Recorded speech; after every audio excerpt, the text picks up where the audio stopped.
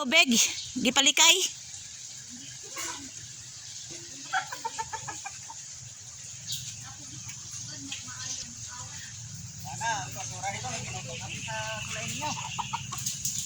Di na ginimpiwan ko na diri sa silod Anda sa sagwa siguro diri sa ano?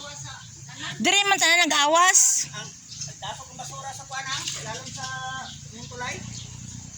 Mga basura doon sa taas siguro. Kung bira to kuana, ana mo ni overflow sa imuhan kay ang basura nagbukot sa lalom. Amo kay mga basura manggod nila ginahaboy nila sa kanal.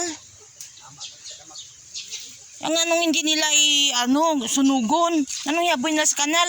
Kay na ginimpiwan ko man pud ang dire sa silod.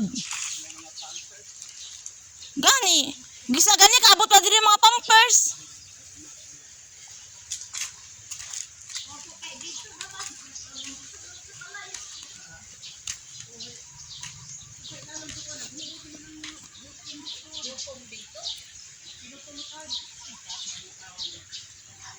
Ayawan ganyan ko kapalikaw ka tubig diri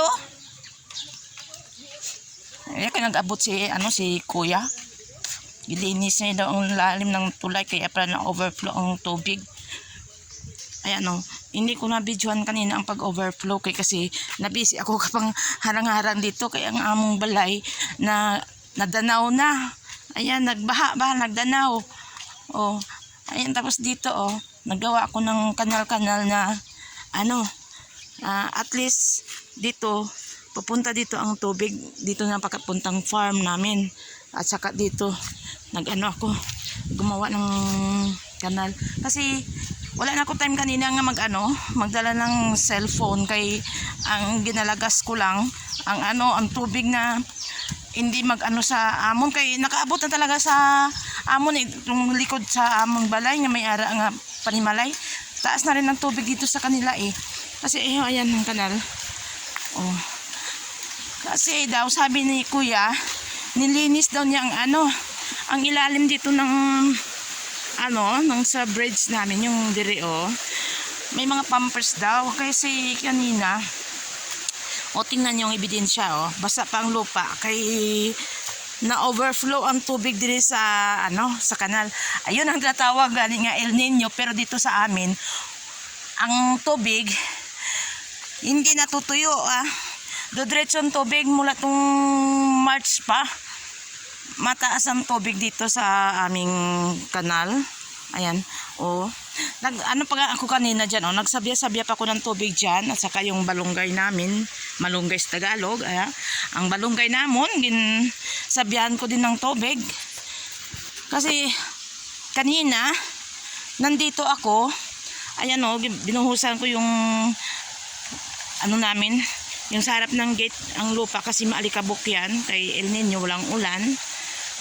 Diyan hindi makaakit ang tubig kaya dito dumaan ang tubig na overflow dito papunta dito saka dito at dito siya dumaan papunta sa amin.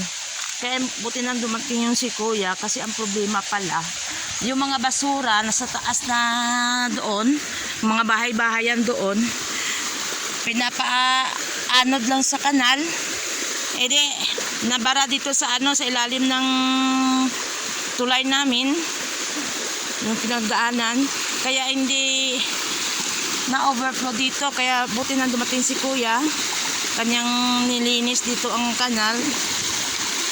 Ayun na stop na ang pag-agas ng tubig papunta ng bahay namin kaya ayun kasi kanina pa yan ilang oras na ako dito nag-aabang ng tubig dito kaya na overflow nga dito.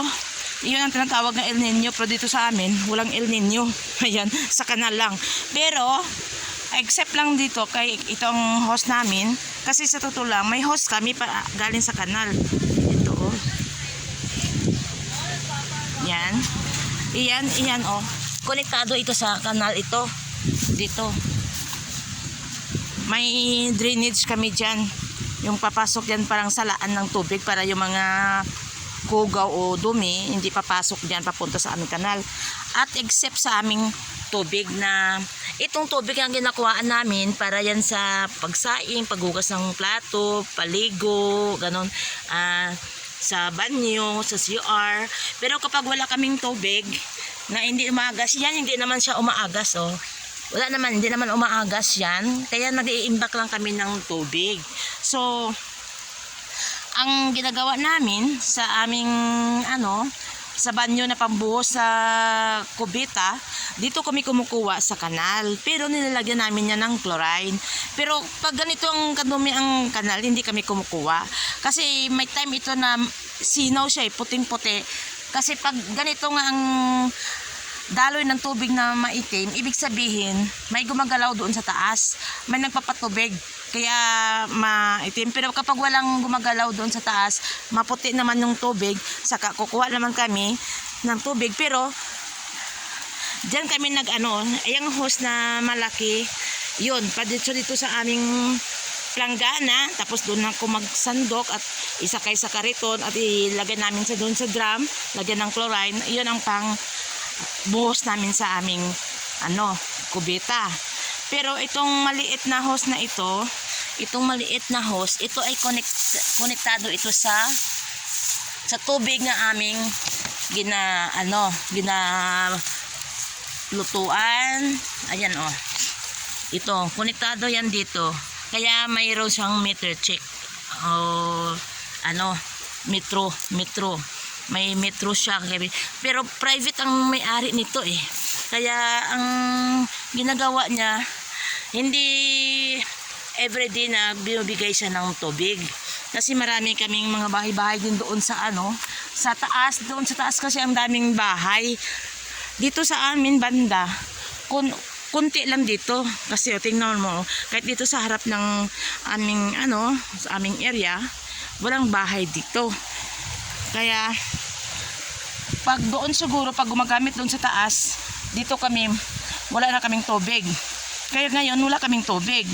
Minsan, isang linggo, hindi nagbibigay ng tubig. Kaya, nag-iimbak kami ng tubig sa bladen ng tawag yon. Yung bladen na natawag, sa Bisaya yon ng bladen.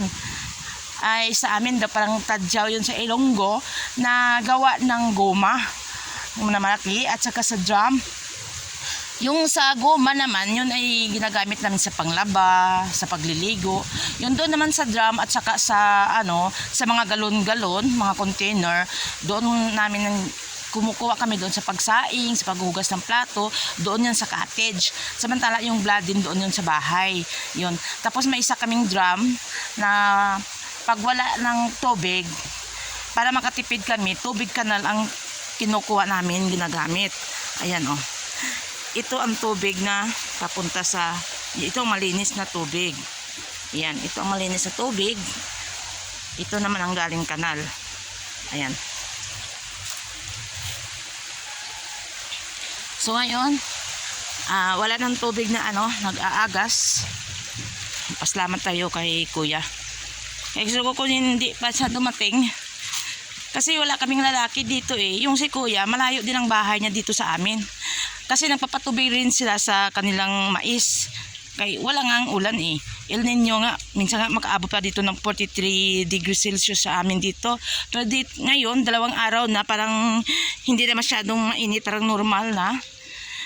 Kaya kahit napapaano, kahit walang ulan dito, nagtatanim pa rin sila ng mais. Kasi maraming tubig sa kanal, yun yung napapaagas sila ng tubig doon. Papunta sa kanilang sa kanilang mais. Ayan, tingnan nyo, gumawa ako ng harang-harang pa, oh. Ayan. Oh, naputol ang connection sa tubig sa kanal. Oh, tingnan mo, gamay na lang ang tubod sa tubig sa kanal. Linisin natin yung baka mayroon naman na na mga sagbot na mga yun.